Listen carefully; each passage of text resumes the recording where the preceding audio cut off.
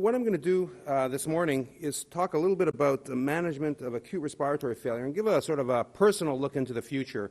And I've just picked, as you'll see, a few topics to deal with.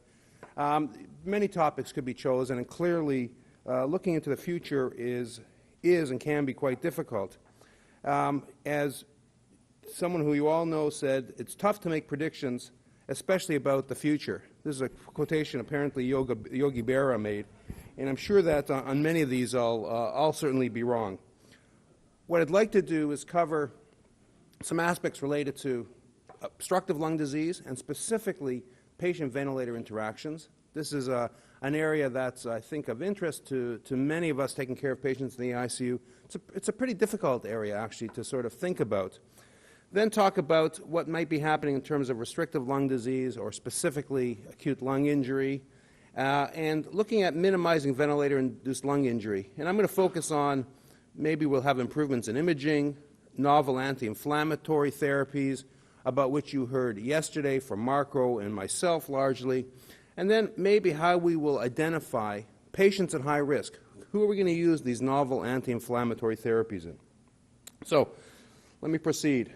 First of all, patient-ventilator interaction, something you've all heard about, talked about a lot. As I said, I think it's, for many people, this is a somewhat difficult issue. The issue relates to the fact that what we're talking about here is neuro-ventilatory coupling. You have a patient who we're trying to ventilate. The patient has got a central nervous system, tells the patient when to breathe, triggers the phrenic, all the way down to generation of airway pressure and flow. So you have this patient who's basically an oscillator, if you like. He's turning on and off ventilation on a regular basis. The difficult part is when you're ventilating a patient is you have to couple that with the equipment. The ventilator is also an oscillator that turns on and off. And what you'd like to do is make sure you couple those two oscillators so they're working in synchrony. And what happens today, or ideally, one would have some link between the central nervous system and the ventilator. You know, maybe 100 years from now, you know, the central nervous system will tell the ventilator, this is what I want, and then the ventilator will provide the flow and the pressure directly proportional to what the brain wants. So let me show you an example of what can happen when those two aren't perfectly synchronized. This is taken from a review article by Martin Tobin, actual data from Gibran and Parthasari.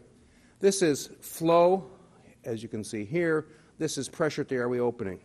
The red dash represents pressure support ventilation. You can see the patient triggers a ventilator, pressure goes up. Let me get a pointer that works. Pressure goes up, relatively constant, decreases. That's ideally what you'd want. But what quite often happens is, you can see, the patient starts to breathe in, airway pressure starts to decrease, the ventilator is asynchronous. This patient, as you'll see here, has some auto peep, doesn't trigger the ventilator right away, and you get this waveform that looks like this. Well, what's happening here? Well, turns out if you look at the EMG of the diaphragm, this is the muscle that's in charge of inspiration. You can see it triggers actually before the ventilator triggers. But here, muscles of expiration. And you can see that these muscles of expiration are triggering while the ventilator is actually providing gas to the patient. So here you have a situation where there's marked asynchrony. The patient is saying, I want to breathe out. The ventilator is saying, breathe in. And this is sort of typical of what happens with many patients, especially patients with, with COPD when they're being ventilated, and often with pressure support depending on the level of pressure support. So ideally what you'd want is technology, as I said, that gives you central nervous system control over the ventilator. Currently what we have is airway pressure, flow, and volume. So the ventilator, the best they can do is say, what's happening at the airway opening? We have generation of either pressure, so trigger the ventilator. We can do flow, trigger the ventilator. Clearly, as you could see, that has some problems. Let me just show you another slide. This is from a patient with COPD, published a few years ago in Thorax. This is a patient on pressure support ventilation again. This is flow, as you can see, pressure at the airway opening. Things look reasonably okay if you don't look carefully, right? Patient's breathing, the the pressure is not terribly constant at the here, but look more carefully. This is esophageal pressure. So this is an index of how much the patient is trying to breathe. And I've demarcated these between these lines, and there's in between any of the breaths that you see up here, you can see that the patient is trying to breathe here, not triggering the ventilator. Same here, trying to breathe. All the way along, there's marked asynchrony between what the patient is trying to do and what the ventilator is actually providing. And this is not uncommon in patients. In fact, I think it's much more common than we all realize. You have to look very carefully for it, and still can be somewhat difficult to pick up. So, what can we do about this? Well, one technique that many of you probably have heard of is something called proportional assist ventilation, developed by Magda Yunus, who's now in Toronto at St. Michael's Hospital. And this technique is an interesting technique. It's one in which the ventilator generates the pressure in direct proportion to what the patient's trying to do. The difficulty with this is, the issue is how does the ventilator decide what the patient is trying to do? Well, the way this is done with this technique, there's no pre-selected target of pressure, flow, or volume. That's set, again, by what the patient's trying to do. This technique uses the equation of motion to estimate what P-mus is, that's what the muscle is trying to do, and requires measurement of mechanics online to be able to make this measurement on a breath-to-breath basis. I am not going to deal any further with PAV because Marco Ranieri, who's speaking next, I think, is going to deal with PAV in a little more detail. But I just suggest that that's a relatively new mode of ventilation. It's very appealing in many ways, difficult to use in some ways, but certainly has promise. And here is from that same paper by Ambrosino. I showed you the right-hand panel before. This is what happened when the patient's on PAV. You can see here, I showed you before that there are many wasted efforts. Here the patient is on proportional assist ventilation, and you can see that each time the patient tries to breathe, they're getting a breath. So this technique looks like it can work. As I said, there are some difficulties with it, but it's a very interesting technique, and physiologically I think it's a very interesting technique. The concept behind it is very clever. What about any other approaches that we might use to try and improve neuroventilatory coupling? Well, one approach that's developed by Christer Sinderby is to actually take diaphragmatic excitation to try and trigger the ventilator. So sure, ideally what we'd want is CNS. You might think of an electrode in the brain, or maybe this is, as I said, sometime in the future can be done with magnetic resonance or whatever. But the next best might be to look at diaphragmatic excitation if we can't measure from the phrenic nerve. That should be some index. If we could look at that, that could be some index of what is the patient trying to do. If we then use that to trigger the ventilator, that would be quite interesting. And that's what Sinderby and colleagues have done. So this is the technique. It involves slipping an esophageal balloon into the patient. And you'll see at the bottom of this esophageal balloon, there's an array of electrodes, and that's been magnified here. This is really just a magnification of this part. The key here is that this array of electrodes is used to measure diaphragmatic EMG because this array sits sort of across the diaphragm. The new concept, I think, that was developed here a few years ago was that rather than using one set of electrodes, because the diaphragm moves during inspiration, can move a fair bit, you have an array of electrodes. And what you then have is a signal processing unit that says, okay, where is the maximum signal here? Let's use that. Let's filter out the electrocardiographic interference, and then use that to trigger the ventilator. So conceptually, pretty simple, I think. Other than putting down an esophageal catheter with an electrode, what you're doing is measure the diaphragmatic EMG, and then use that to trigger the ventilator. So what does this look like? Well, here is now neural triggering. This is diaphragmatic activity. This is airway pressure. You can see this is now with an airway pressure trigger. And you can see here was a time the patient tried to breathe in. Nothing happened. Here the patient tried to breathe in, got a trigger. Breathed in, got a trigger. Another time the ventilator missed. With this neural triggering, as you can see, with each attempt to breathe, the trigger went off. The ventilator was able to trigger. This is important because if you think of, again, let's take a patient with COPD who's got auto-PEEP, right? There you have the major problem in terms of patient-ventilator asynchrony. You have difficulty because the patient tries to generate a pressure. They've got all this auto-PEEP to overcome. It doesn't get sense that the airway opening for some period of time well after they want to start the ventilator. They want to get their breath. So that's neurally triggering. This can also be used in, I think, a pretty clever way, something called neurally adjusted ventilatory assist, NAVA. And here the idea is for the ventilator to apply pressure at the airway opening on a moment-by-moment basis in direct proportion to the integrated EMG of the diaphragm. So think about that. It's like saying, what we're going to do is make the muscle stronger. When that diaphragm says, I want more, the ventilator is going to provide more on a moment-by-moment basis. That's what NAVA is, and I think this has very interesting potential to change the way we ventilate certainly some patients, and I'll talk about what kinds of patients might benefit from this. What does that look like? Here now is diaphragmatic electrical activity, percent of some max. This is the patient tidal breathing. Maximal inspiratory efforts, you can see that the patient's actually a subject, not really a patient, is taking a deep breath.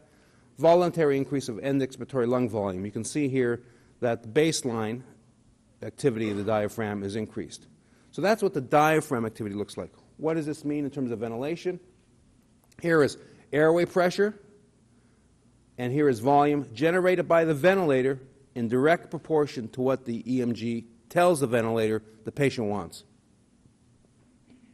So I think this is a really neat concept that I think will help tremendously in terms of patient-ventilator asynchrony. It's one of these things as well that's very early on in relatively early on in the design phase. Christopher Sinderby actually is at St. Michael's Hospital in Toronto. We're working on trying to get this into patients, and we'll see whether it's in fact a viable technique. Certainly theoretically, it's a very exciting technique. What are some of the applications? I mentioned better triggering of the ventilator, COPD patients, especially with auto-PEEP, neural control of ventilation by improving patient-ventilator interaction, should decrease need for sedation, should provide better sleep for patients, and that's something I know that Marco is going to talk about next, not in the context of NAVA per se, but in terms of synchronization and increased comfort. And I think in terms of non-invasive ventilation, this is potentially a very exciting technique because one of the major problems with non-invasive ventilation is leak around the mask. And leak fools the ventilator. Well, with this technique, that's irrelevant because what's driving the ventilator is what the patient needs. So if there's a lot of leak, the patient will be detected, if you like, by the diaphragmatic EMG. The ventilator will provide more, and it should compensate. And there's some data to suggest that that may be the case.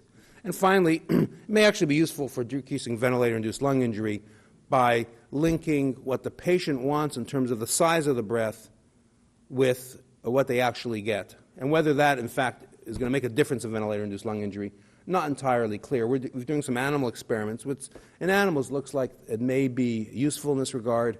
Whether it turns out to be the case, I really don't know. Okay, that's largely focused on patients with COPD, but essentially patient-ventilator interaction of any kind. Let's now focus on patients with acute lung injury and ARDS, patients who are difficult to manage often.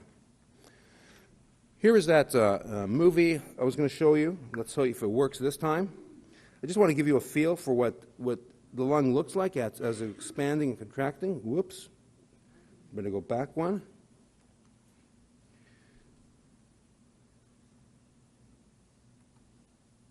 There we go. So this is a rat lung, just to set it in perspective.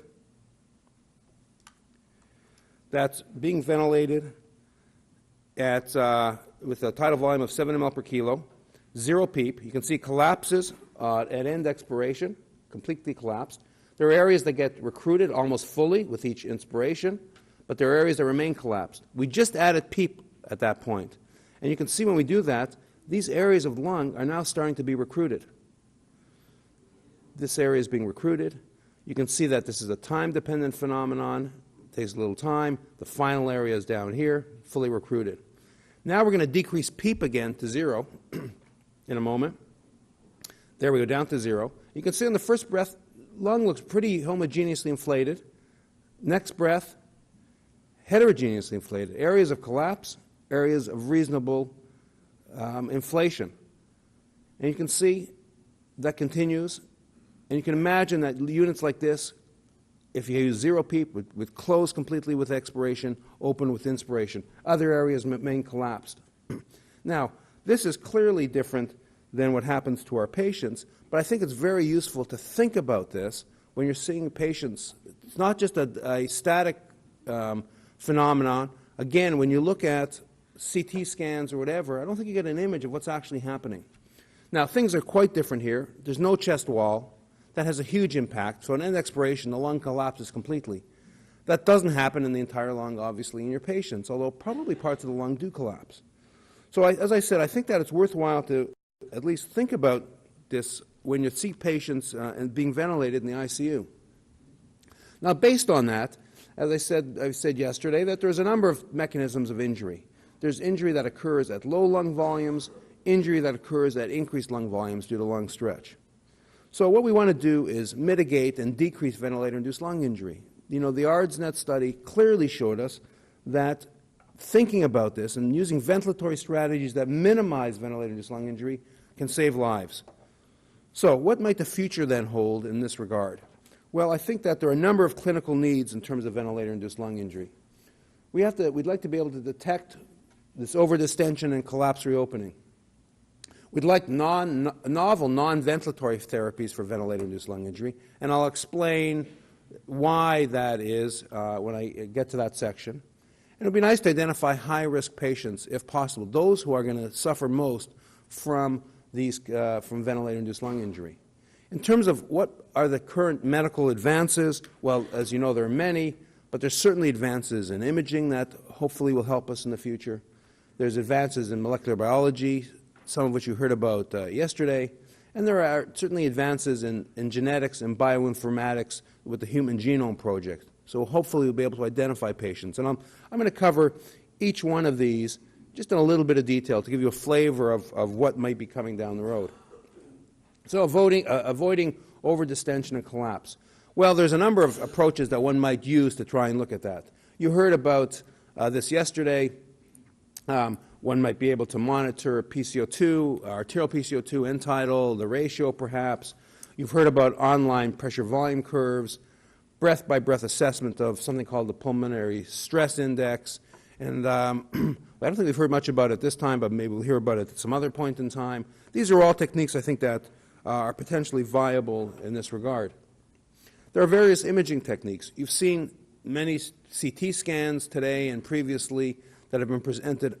Clearly, that's an interesting technique for understanding ARDS and acute lung injury. It's an interesting technique at the bedside clinically that you can do once in a while, but it's clearly not a way that you're going to monitor ventilation on a minute-by-minute basis or an hour-by-hour or even a daily-by-daily basis. You're not going to take CT scans every day to see what's happening. And even then, they're static.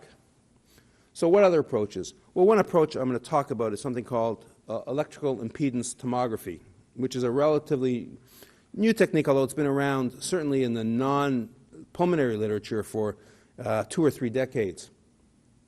This works based on measuring the impedance, if you like, within a given volume, in this case, the lung. It's something called the impedivity.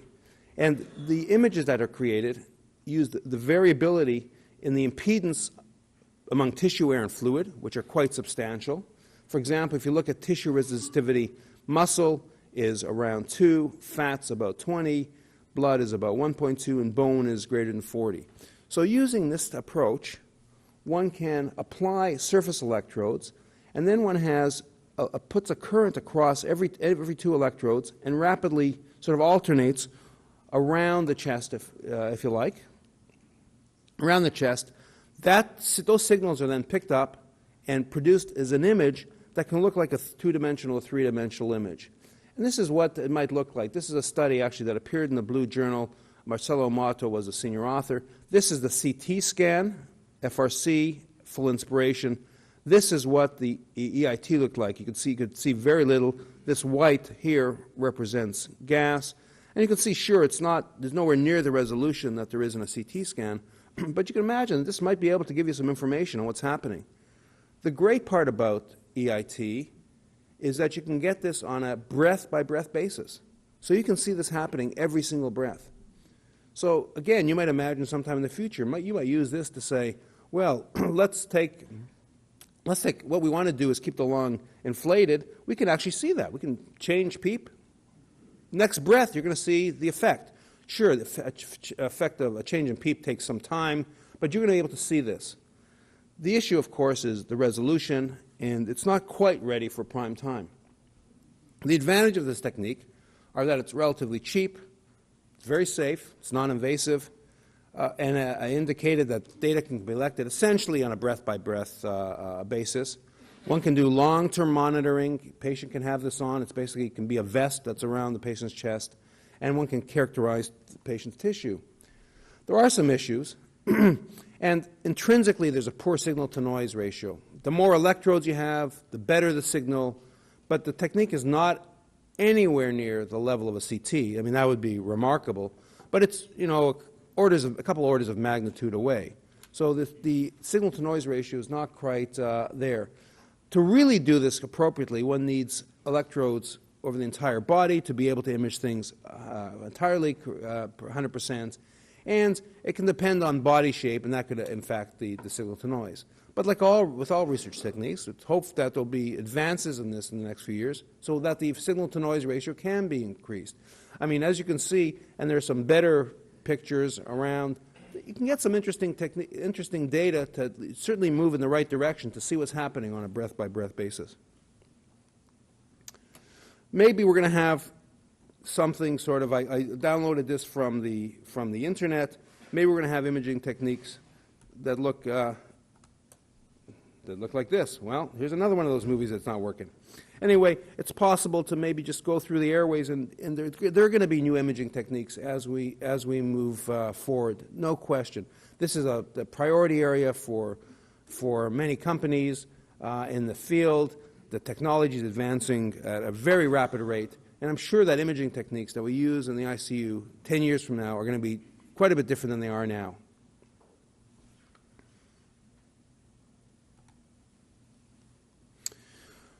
Let me go now to anti-inflammatory therapies. This is something which you heard about yesterday, as I said, from Marco Ranieri. You heard about a little bit from myself as well. And let me first address why this might be important. Because ideally, what you'd want to do is use the techniques described to get the ideal ventilatory strategy. You want a ventilatory strategy that provides adequate gas exchange and does not injure the lung anymore. The problem is the following. I'll just give you one slide from a study by Gattinoni published about 10 years ago. Here, this is essentially three parts of the lung. This is based on images on the dependent region of the lung, the non-dependent region, and the middle part of the lung. And what they plotted in this figure is gas-tissue ratio on the y-axis, shown here. So basically how much gas there is in the lung at that point, versus PEEP level, so they increase the PEEP. Same patient, remember this is the lower part of the lung, the dependent region, the non-dependent region. So look what happens in this patient as increased PEEP, and this is only a single slice. Down here in the dependent region, as PEEP was increased, basically no recruitment at all. So no effect at all by this increase in PEEP in terms of increased gas. Look what happened in the upper region. As they increase PEEP, continual increase, probably leading to over-distension up here. So no impact here, over-distension here. And in this central region, they had this biphasic curve. Basically no change, no change. At this PEEP level of about 10 or 12, the lung opened. As they added PEEP, there was some recruitment. So the difficulty here, as you can see, that this is just three slices, and look how heterogeneous. What would you pick as the best PEEP for this patient? If you pick a PEEP out here where this is recruited, you're probably over-distending here. If you pick it down here, you're not over-distending, but you're not improving ventilation to these regions. And that's only on 3 slices. We have 300 million alveoli. It's going to be difficult. In fact, I would suggest it's going to be impossible in some patients to have sort of the strategy that does not injure parts of the lung and yet provides gas exchange in some of the patients. Not all the patients, but some of the patients. So I would suggest in those patients, because clearly what we want to do is get the best ventilatory strategy. We're not going to be thinking about anti-inflammatory therapies as sort of first line. We want to develop the best ventilatory strategy. And those patients who you can't develop that strategy that's non-injurious, that's when what I'm going to talk about in the next couple of slides may have some relevance. So let's look at some examples. I mentioned this in the discussion yesterday. This is from Yumiko Omai, published about 5 years ago, in which she looked at a lung lavage model and gave intratracheal anti-TNF antibody to these rabbits just after the lavage. And here are the results. Here is PO2 on the y-axis, time on the x-axis, lung lavage, and then at this point, intratracheal installation of anti-TNF antibody or control antibody. And here's saline control. And you can see here, if you just look at these bottom 2 curves, this is what happened to oxygenation with lavage. Common, this is a well-known model, as you all know, in terms of infant respiratory distress syndrome. Oxygenation decreased substantially. Look what happened with low dose of this anti-TNF antibody, higher dose of this anti-TNF antibody. Improvements in oxygenation. Actually somewhat surprising. I mean, to use an anti-TNF antibody and have an improvement, not in something immunological, but in terms of gas exchange. But I think quite dramatic results with this antibody. Here's some data I showed you yesterday. I'm just going to put it up again, showing that when we used a molecule affecting soluble fast ligands, we can now affect creatinine levels in a model of overventilation lung injury, ventilator-induced lung injury. Same ventilatory strategy, the identical hemodynamics, identical airway pressures, but renal function is improved, creatinine is lower with a fast ligand antibody. Now, as I said, I wanted to emphasize this is just a very small and can't draw any definitive conclusions about this. But again, suggestive that this may work. What might be used in the future? There are a number of approaches to gene therapy. One might consider gene therapy or might consider small molecules, proteins, etc., that one could give. And I showed you an example yesterday. I didn't have the slides today. The work by Gary showing that you could decrease gut permeability with an anti-TNF antibody. So these data just suggest that, gee, maybe this thing may actually work. Now, as I said, we're not going to be using this in all patients. I think we'll probably be using this, if we are using it, in patients in whom you can't get the adequate ventilatory strategy, or maybe those patients who are particularly susceptible to what we've called biotrauma or to the impact of release of mediators. And so this is something we've called ventilogenomics. There's something called pharmacogenomics, looking at the interaction between genetics and pharmacology. Here, this is mechanical ventilation in the genetics. Why might this work? And this is now completely speculative. Well, it turns out that when you look at some lung diseases, and many diseases, of course, but even something like ARDS, there appear to be genetic polymorphisms. That means changes in the gene. It can be minor changes among individuals. That's what polymorphism means, differences among individuals and genes, that code for susceptibility and outcome of ARDS. I mean, that's not what they're there for. They're not the code for ARDS, but they have an impact on ARDS. So we'll take the angiotensin converting enzyme, that's one gene, that this protein affects pulmonary vascular tone, epithelial survival, and fibroblast activation, among other things. Turns out that changes in the levels of this protein are explained by polymorphisms in the gene. And the D variation, the way the geneticists label this as the either small d, capital D, just to indicate that it's a different gene pattern.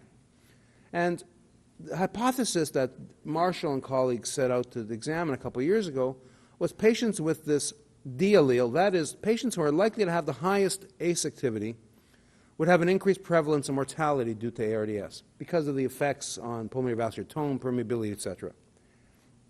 So they looked at a number of patients, They looked at patients. By the way, the reason they used white patients, you can use any kind of patient, but racial background is important in this genetics. So you have to have homogeneity in any kind of study that you're doing. They looked at about 100 patients with ARDS, patients with acute respiratory failure, not ARDS, cabbage patients, and general population patients. And here's what they found. This DD genotype, in other words, patients who were homozygous, who had 2 copies of the gene that had the DD genotype, were increased in patients with ARDS compared to these groups. And look at these p-values, pretty significant. P of 0.000 and a couple other zeros. So that suggested that patients, if you're out there with a DD genotype and something happens to you, maybe you get a car accident, you may be more susceptible to develop ARDS than someone who doesn't have this particular genotype. Probably more interesting, or that's nice if we're going to try to prevent ARDS. What are we going to do? We're going to say if you have this genotype, you can't go climbing. I mean, that's not going to be terribly effective. But what else they found was that it also predicted severity of ARDS. Here is mortality in patients. This is, I mentioned the DD, there's 2 alleles, 2 copies of the gene. The other copy of the gene is called the I. So this is patients who have 2 I genes. This is one who has 1 of the I, 1 of the D, one from the mother, 1 from the father. And this is the DD. Look at the difference in mortality based on this genotype. Huge difference. About 12% versus about 50%. Now, these data have to be confirmed, but if this is correct, or if there are other genetic polymorphisms that suggest which patients are going to do more poorly, when a patient comes in, I suggest in the future what we're going to do is make this measurement, or make a measurement like this, say, whoa, this patient is at really high risk for developing, of dying from ARDS. We're going to have to do different things to try and treat that patient, perhaps. And certainly in clinical trials, we're going to be using this to sort of identify, to stratify patients, to be able to see if we're making a difference or not. Well, how might this be applied? I took this from Popular Science. We could see sometime in the future you go into the drugstore, you get your genetic ID card, basically on a CD-ROM, you've got all the polymorphisms that's known, you've got all your 300 billion base pairs, know your risk for deadly diseases and how to fight them. Well, I'm not sure about how to fight them yet. But, I could see this happening, not in the next 5 years, but maybe the next 10 to 20 years, something like this. The genetic revolution is moving quickly. The cost of identifying each individual's genetic code is dropping. It was extremely expensive. People are trying to do this sort of for $1,000 an individual in the relatively near future. 25 years from now, it'll be $100 or $10. So in conclusion then, what I've tried to show you is that we've known that there's very strong data that mechanical ventilation can augment lung injury. So for the last part of where we want it to go, and we have to try and mitigate that. There's data from the literature that protective ventilatory strategies and how we apply them is important, and that's what this was about, can improve survival. And where are we going to go in the future? Well, I think in terms of patients, what we want to do is improve patient-ventilator interface. This will decrease the need for sedation. This will improve their sleep, hopefully make it easy to ventilate them and extubate them. Novel imaging techniques for ventilator-induced lung injury, I think that they will come into the fore in the next decade or so. This is pretty far-fetched, I think. Ventilogenomics, genetic predisposition to ventilator-induced lung injury. It's possible that will happen, and if I had to sort of predict for 20 years in the future, I might say that that's a possibility. And novel anti-inflammatory therapies for ventilator-induced lung injury are not beyond the pale. I think that if in fact a number of the studies suggesting that what happens to other organs, in fact, turns out to be correct, and we can identify which molecules, it's possible that therapies like this will be tried in patients who are being ventilated. The key here is that when you're starting the ventilation, so you could actually pre-treat patients, as opposed to many other diseases like sepsis, where you can't pre-treat patients with anti-TNF antibodies. By the time you're able to give them, they've had the disease for hours or days. So hopefully I'll give you some idea of what I think the future might look like. As I said, I can only pick a handful of topics to deal with, but I think that there's some evidence that these, maybe if we're all around in 25 years at this conference, we have another conference in 25 years and see, we'll mark this down and then we'll tick them off, see what I was right or wrong on. So thank you very much. Be glad to answer any questions.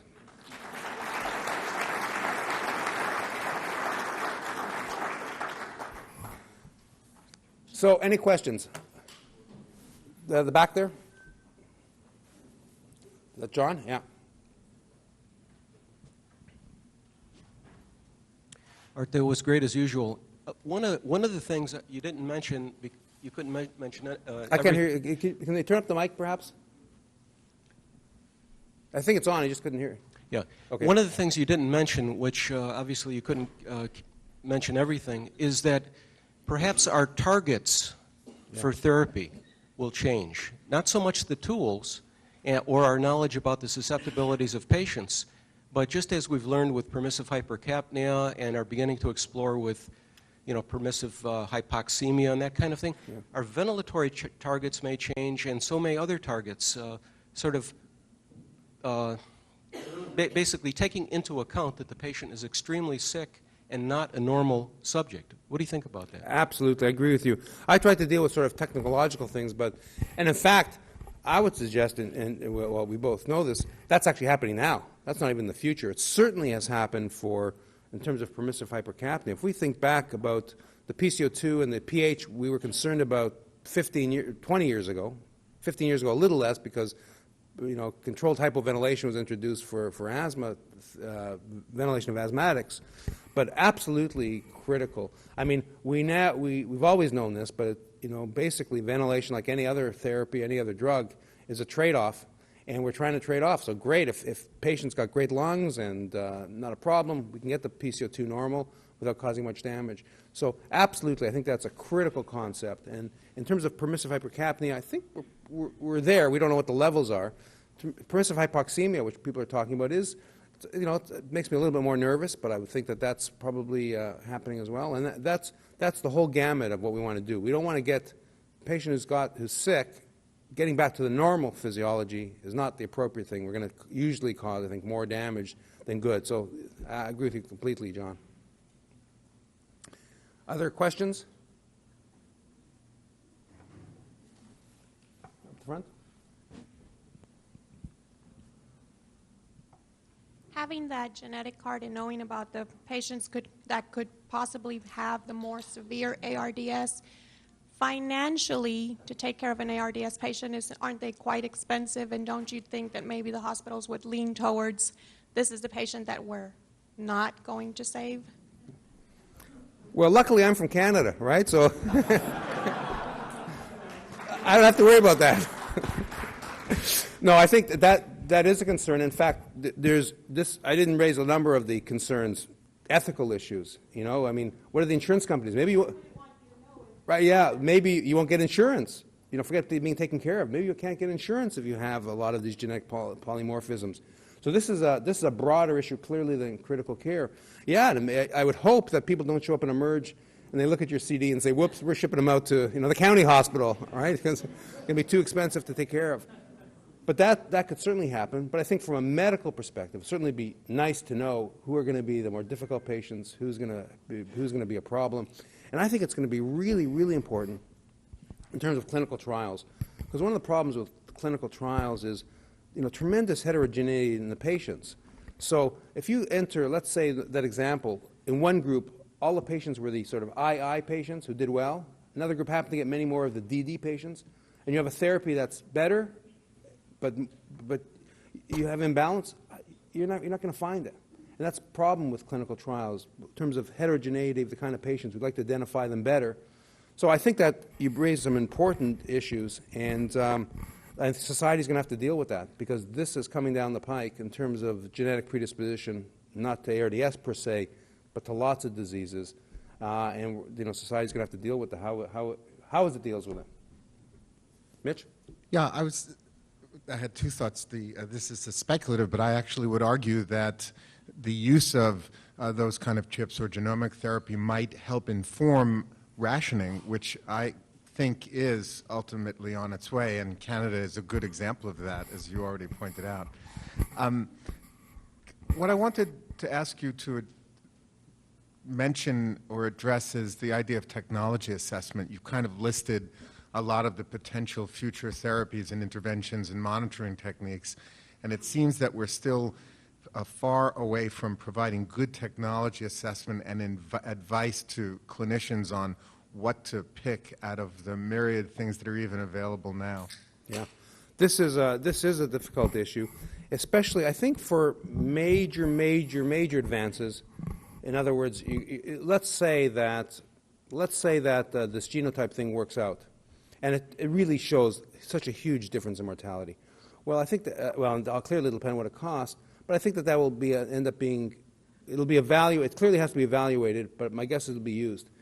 What if you have minor advances? You know, how are you going to assess that? Are you going to do a clinical trial and see if it changes mortality? Some little widget? It's very hard to assess. It's very hard to assess a lot of the technology. It should be done, and one has to do a cost effectiveness in a way, and then again, it's one of these difficult issues, just like the previous question about how you do it. I think that some of the things I talked about would lend themselves to saying anti-inflammatory therapies. There, it's going to be a large-scale clinical trial, improve some important clinical outcome or it doesn't, and then you can do a cost effectiveness. That's, if you like, but that's the easier case. But a lot of the technology just enters the mainstream. Well, just look at mechanical ventilation. Does pressure support ventilation? Does, you know, all these new modes, do they make a difference? Not easy to assess. If we think of the ARDS net or other clinical trials, you need 1,000 patients to look at a mortality difference. Wow, you can't do many things. And again, if you have a small tweak, you're going to need 50,000 patients. It may not happen. What are your thoughts on it, Mitch? Sounds like you had some thoughts on it. I think that we have a responsibility as academicians to commit ourselves to technology assessment and education, and one of the biggest challenges we have is how to operationalize research. The Surviving Sepsis campaign that we're doing now is, I think, one of the first attempts that we have in critical care of taking high-quality research and saying, can we make it simple and facilitate its use at the bedside? So I guess I'm advocating that as clinicians, we demand that from each other of, it's great that we're doing good research and that we see all these advances being published, but the demand should be, how do we use it at the bedside and how do we prioritize that? And I think critical care societies should take the lead in making these kind of suggestions and educational opportunities. The industry's done that for a different agenda, I guess, but we really need to start making that a routine part. Yeah. I think there's two parts. I agree with you. I view it as sort of bench to bedside, actually proving something works, and then knowledge translation to get it out. And once there's evidence, I think the society, et cetera, can do that. Question is, for so many things, there isn't evidence. We'd like to generate that evidence, and we should be pushing to generate it. But some of the time, it's going to be too expensive, too difficult, especially for the small deltas changes, not the huge things. Question at the back, Krister? Oh, you got a mic. Yes, I would just like to comment on that a bit, because if you look at pulse oximetry, there was a Danish study in anesthesiology a few years ago, and they looked at roughly 50,000 patients, and they saw no difference in outcome if you used pulse oximetry or not. Yeah, I was thinking that as an example. Yeah. No difference. So how many of us are not going to use pulse oximetry because of that? It's pretty hard. Some things, yeah, I know that was an interesting study. Any other questions? Great. I think we should move along.